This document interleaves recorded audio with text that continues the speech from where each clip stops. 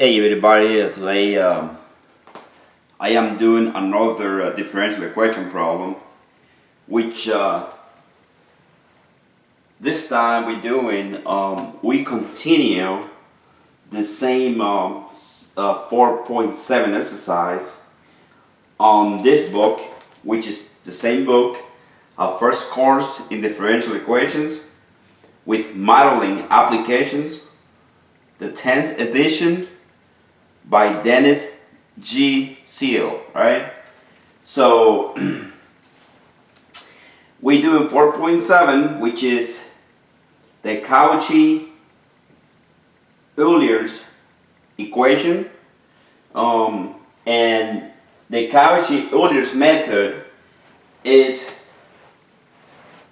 as follows. Okay, this is a very kind of crazy formula, right? So I am going to just read it, and you can actually read it off from the book. It's on page 162 at the bottom of this book. But the formula is not that important. What is more important is the steps that we are going to follow. But this is the formula. So we got a sub n times x to the n, d to the n power times y divided by d x to the n plus a sub n minus 1 times x to the n minus 1 times d to the nth power minus 1 times y over dx to the n minus 1 plus, and then all this continues up to plus a 1 times x dy dx plus a 0 times y equal g of x, right?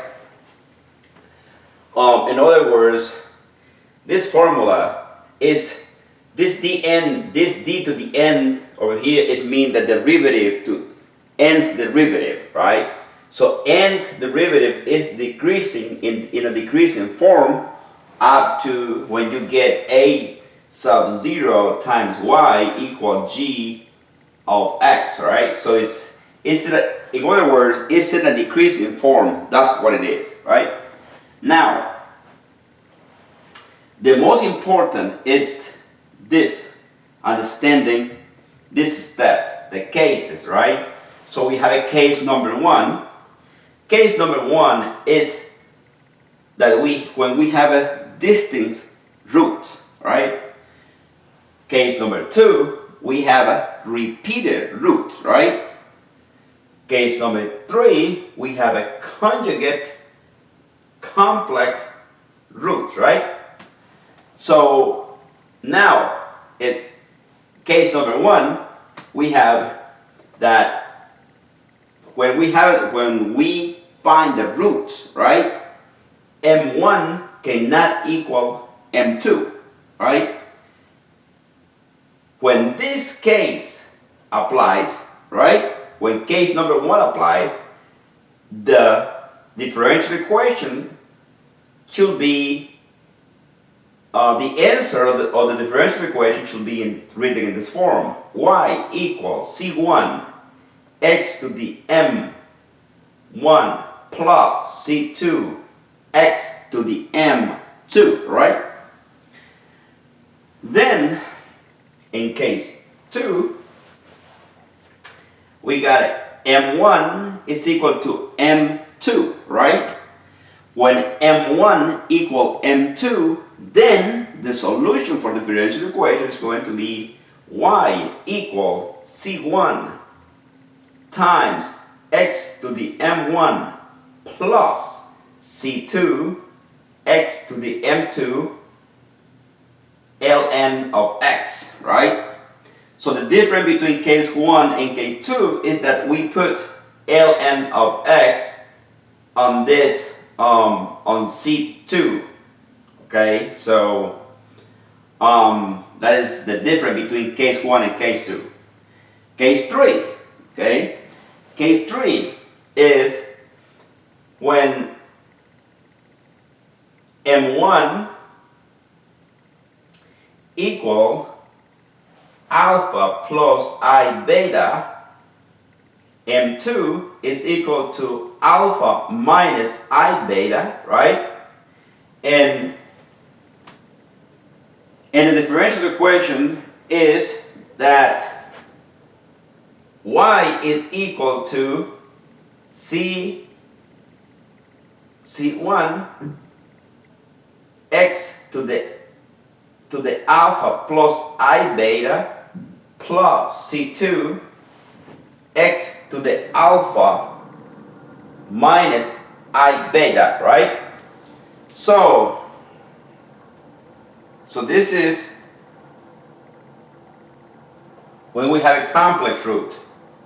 And remember that when we have a complex root, we have to add sine and cosine as our final answer, right? So case 3 is a little more complicated, right? Because also I'm going to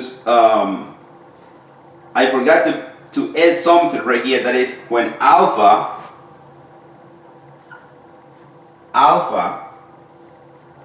and beta is greater than 0, right? So alpha and beta should be greater than 0, right? So now I am going to erase this formula because I need some room. Okay, and we are going to do number 1 in this book. Okay, so number 1 on this book, we have number 1, 4.7, right? We have x squared y double prime minus 2y equal 0, right? So now I am going to let, because I am trying to find the roots, right? That's my first goal right here. So I gotta let y equal x to the m, right? So y is equal to x to the m. When y is equal to x to the m, and I'm going to take the derivative and the first derivative and the second derivative, right? If I take the first derivative, I say y prime, right? I'm taking, because I have a y double prime, right? So I have to go up to the second derivative. So I need to take the second derivative of x to the m, right? So y prime, the first derivative, right, is equal to m to the m minus 1, right? That is, I don't know if you can see this pretty good, but okay, so m to the x, m times x to the m minus 1, right? The second derivative, okay, second derivative, y double prime, is equal to m minus 1 times m times x to the m minus 2, right? That's the second derivative. Okay, now if I distribute that m inside, okay, I am going to get y double prime is equal to m squared minus m, right, times x to the m minus 2. So that is the second derivative, right? Now what I'm going to do, I'm going to substitute the second derivative. Notice that I don't have a first derivative in this equation, right? So I don't have a first derivative. All I gotta do is substitute the second derivative into this equation, right? Into the second derivative over here, and then by doing that, I'm going to have some powers or some exponents that I can cancel, right? So I have x squared, right? I am substituting the second derivative into y double prime, and I get m squared minus m times x to the m minus 2, okay, minus 2, right? So right here I have a 2y. So y is equal to x to the m, right? Initially. So I am going to substitute for y, I am going to substitute x to the m. So x to the m, right, equal 0, right? Now look at this, okay? I can cancel this exponent and that exponent, right? They cancel out, okay? So now x, this x right here to the 0 power, right? That is equal to 1, right? So now all I gotta say is m minus m squared minus m, right, times x to the m minus 2x to the m equals 0, right? So now, excuse me, now I can factor out x to the m, right? If I factor out x to the m, I got x to the m times m squared minus m minus 2 equals 0, right? Notice that I also forgot to mention that x to the m cannot equal 0. X to the m cannot equal 0. Because if x to the m is equal to 0, then everything is equal to 0. So then our work is pretty much worthless, right? So x to the m cannot equal 0 because then the whole equation goes to 0. Now, what I'm going to do is factor this piece, right? If I factor that, I'm going to get what? I'm going to get m minus 2 times m minus 1 plus 1, right? Let's just check it out. If I multiply m times m is m squared. If I multiply m times 1 times plus 1 is m, right? So now if I multiply m negative 2 times m is negative 2m, right?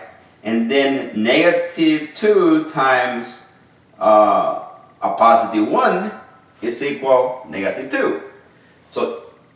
So yes, it is right because this m multiply this 2 multiply that m is equal to negative 2m, and then negative 2m plus a positive m is equal to negative m, right? So yes, it is factored correctly.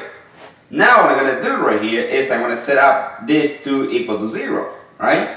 So when I set this equal to 0, I get that n minus 2 equals 0. So m is equal to 2, right? And then I get m plus 1 equals 0. So m is equal to negative 1, right?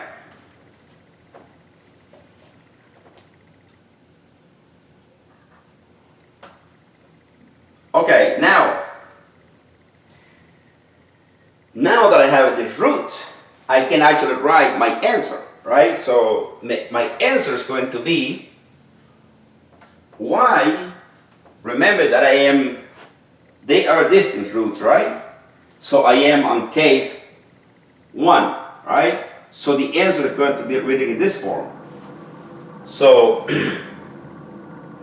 so it's going to be x, it's going to be c1 times x to the second power, right? Okay, so it's y is equal to c1 times x squared plus c2 times x to the negative 1, right? So, in other words, this is m1, that is m2. In the book might be x to the negative 1 first, and then x to the positive 2 right here, but it doesn't really matter.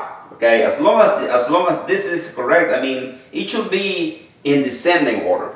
So in descending order, you have the highest power first, and then you go to the lowest.